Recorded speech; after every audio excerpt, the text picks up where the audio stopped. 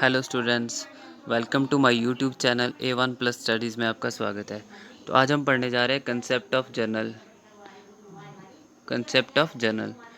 तो what is journal in accounting? Accounting में journal का क्या मतलब होता है? A journal is a record of financial transactions in chronological order. What is chronological order? Date wise, starting from the earliest to the latest date. Clear?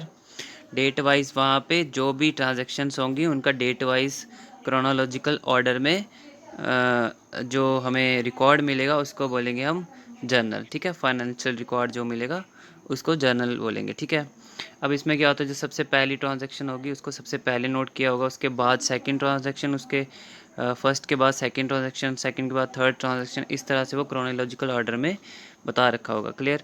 अभी journal is also known as what? Book of original entry. तो इसको क्या कहते हैं? Book of original entry भी इसको कहा जाता है।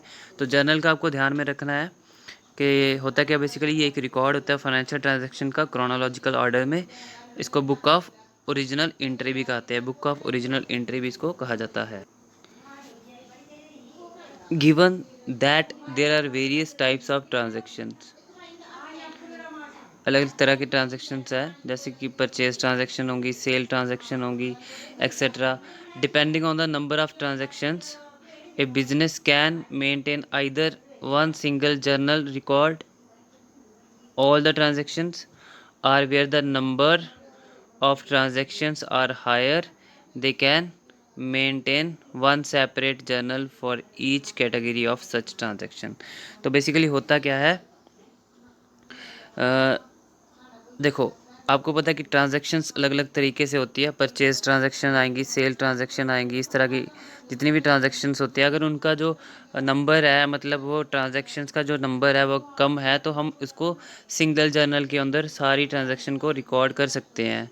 ठीक है, अगर किसी का बिजनेस बड़ा है, काफ़ी सारी ट्रांजैक्शंस हो रही है, नंबर ऑफ ट्रांजैक्शंस हो रही हैं, तो उसके लिए क्या करते हैं, separate journal, one separate journal for each transaction, ठीक है, मेंटेन करते हैं, क्रिएट करते हैं। ठीक है ना?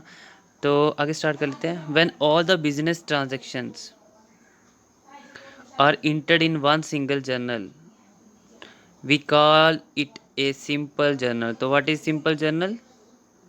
जब सारी ट्रांजैक्शन एक ही जर्नल के अंदर रिकॉर्ड करते हैं, सारी फाइनेंशियल ट्रांजैक्शन एक ही जर्नल के अंदर रिकॉर्ड करते हैं, तो उसको हम बोलते हैं simple journal. Clear? However, business entities can also maintain separate journal for recording different type of business transactions like purchase journal, sale journal, sale return journal, etcetera. Clear? तो अभी हमने पढ़ा, अगर बिजनेस बड़ा है तो इंटाइटीज़ क्या करते हैं, इंटाइटीज सेपरेट जर्नल मेंटेन करते हैं। जैसे परचेज जर्नल सेपरेट हो गया, सेल जर्नल सेपरेट हो गया, सेल रिटर्न जर्नल सेपरेट हो गया, तो इस तरह से वो सेपरेट जर्नल्स मेंटेन करते हैं। ठीक है, journal is also known as book of original entry. ये हमने अभी पढ़ा कि इसको बुक ऑफ ओरिजिनल एंट्री भी बोलते हैं। क्यों बोलते हैं? Because a financial transaction is first time recorded in the journal. तो ये इंपॉर्टेंट है कि फर्स्ट टाइम कहाँ पे रिकॉर्ड होती है, जर्नल के अंदर रिकॉर्ड होती है। Thereafter such transaction can be posted to the ledger. उसके बाद क्या होता है, जर्नल के बाद जो ट्रांजेक्शन है वो कहाँ पे, लेजर के अंदर। ठीक है, लेजर के अंदर वो ट्रांसफ़र करते हैं, वहाँ पे उनको रिकॉर्ड करते हैं, लेजर के अंदर ट्रांसफ़र करते हैं। ठीक है, now recording of transaction in journal, documents which evidence के जो जर्नल के अंदर हम रिकॉर्डिंग करते हैं ट्रांजैक्शन की, वो किसके बेसिस पे करते हैं, क्या चीज़ें होती हैं। तो स्टार्ट करते हैं। The documents which evidence the occurrence of transaction are known as source document. उसको क्या कहते हैं, सोर्स डॉक्यूमेंट। सोर्स डॉक्यूमेंट की हेल्प से हम क्या करते हैं, जर्नल में रिकॉर्ड करते हैं फाइनेंशियल ट्रांजेक्शन्स को। ठीक है, जैसे for example in case of purchase of goods, purchase कर रहे हैं गुड्स को, the business would receive an invoice.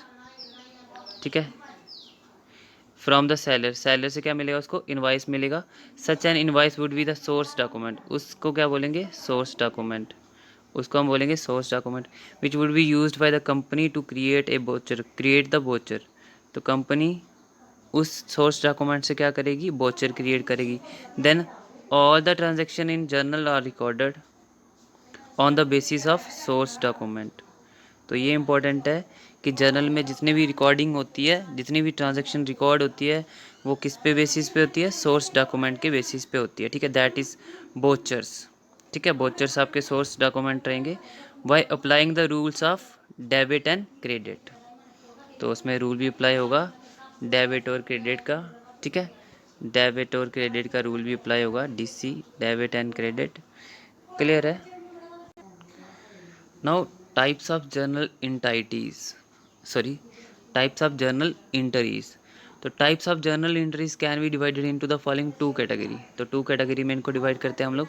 एक तो आ गया सिंपल जर्नल एंट्री, ठीक है, एक तो आ गया सिंपल जर्नल एंट्री आ गया। तो सिंपल जर्नल एंट्री पढ़ लेते हैं क्या है। A journal entry in which only two accounts are affected, that is one account is debited and the other account is credited, is known as simple entry. तो इसको हम क्या बोलते हैं, सिंपल एंट्री। ठीक है, सिंपल एंट्री इसको बोला जाएगा। तो ये आ गई सिंपल जर्नल एंट्री। क्लियर? क्या, फिर से एक बार रिपीट कर लेते हैं। Journal entry in which only two accounts are affected, कौन से, डेबिटेड और क्रेडिटेड। ठीक है, तो इसको हम बोलेंगे simple journal entry. Clear?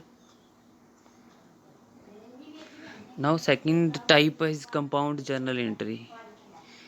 Compound journal entry is a type of journal entry in which two or more accounts are debited and one or more account are credited, or two or more account are credited and one or more account are debited। मतलब simple way में अगर मैं बताऊं तो compound journal entry क्या रहेगी, जिसमें जिसमें आपके दो से ज़्यादा अकाउंट जो होंगे वो क्रेडिटेड या डेबिटेड होंगे। क्लियर है? ठीक है, तो ये रहेगा आपका कंपाउंड जर्नल एंट्री।